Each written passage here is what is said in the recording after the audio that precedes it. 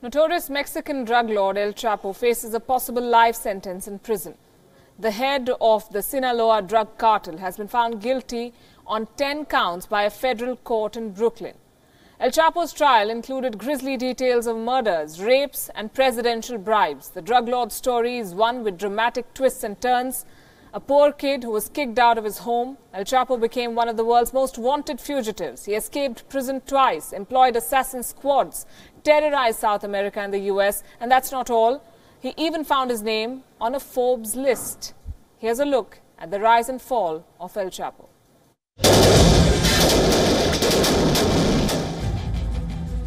Guzman led the Sinaloa cartel, one of the largest and most dangerous drug cartels in the world, and that he is responsible for violence, including murders, and the smuggling of massive amounts of narcotics into the United States over a period of decades. Joaquin Guzman Loera is the real name. El Chapo, the nickname, meaning shorty, referring to his height. El Chapo was born in 1957 in La Tuna, a village in Mexico. El Chapo grew up in such poverty that when he was in his teens, his family asked him to find his own way in the world. With no education to help him find a livelihood, El Chapo started growing marijuana for small amounts of cash. Within a decade, he became a big name in narcotic smuggling. El Chapo started working with another young drug dealer, Hector Luis Palma Salazar. Together, the duo controlled the drug cartel in the crucial drug trafficking area in the western end of Mexico. A few years later, El Chapo was working for another drug kingpin, Miguel Angel Felix Gallardo. When Miguel Gallardo was arrested by drug enforcement agent in the late 80s, El Chapo became the undisputed king of Mexican drug world. El Chapo inherited his boss's territory and founded his own cartel, the Sinaloa cartel. By the early 90s, El Chapo was wanted by the FBI and was considered one of the most dangerous drug traffickers. El Chapo is responsible for unthinkable amounts of death and destruction both in the United States and in his own country of Mexico. But El Chapo was not done. When Colombian drug trafficking was curbed, El Chapo took over. By mid-90s, El Chapo was the undisputed drug lord peddling cocaine, heroin, marijuana and meth from South America to the United States.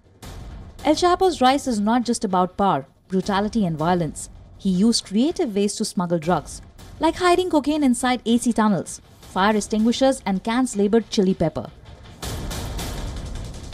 Soon El Chapo expanded drug trafficking to all 5 continents and became the biggest drug smuggler in the world.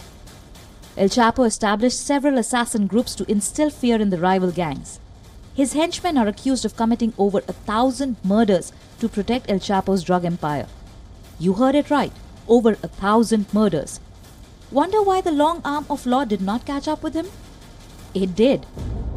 But Chapo escaped the tentacles of law. In fact, he was extradited to Mexico from Guatemala in 1993. He was even sentenced to 20 years in prison. But El Chapo continued to rule his narcotics empire from jail. And once he was ready, he simply escaped from the prison. Soon after the Prison Escape Act, El Chapo became a legend.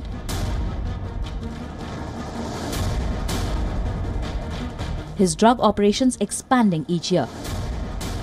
By 2009, he became so influential and wealthy that he found a place in the Forbes rich list. His net worth was over $1 billion then. El Chapo was not bothered about crime catching up. To the people of Sinaloa, he was the Robin Hood. Elsewhere, he continued to live an extravagant life openly, even got married to a beauty queen, and even had the audacity to invite police officers and politicians to his marriage.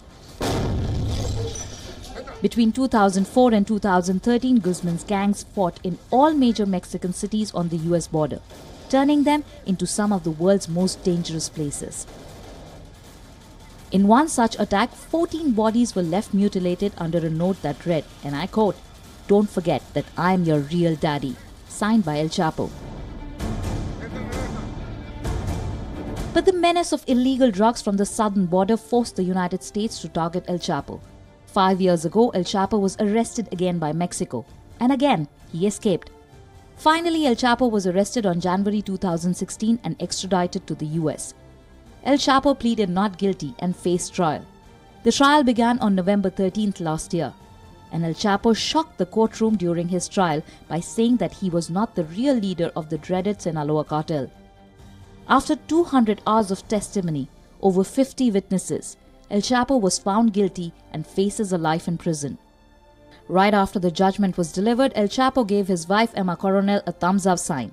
He is likely to appeal against the verdict, but this conviction seems like the end of the road for the drug lord. It increasingly seems like the end of a journey that spelled doom to South America and the United States. Bureau Report, Wion, World is One.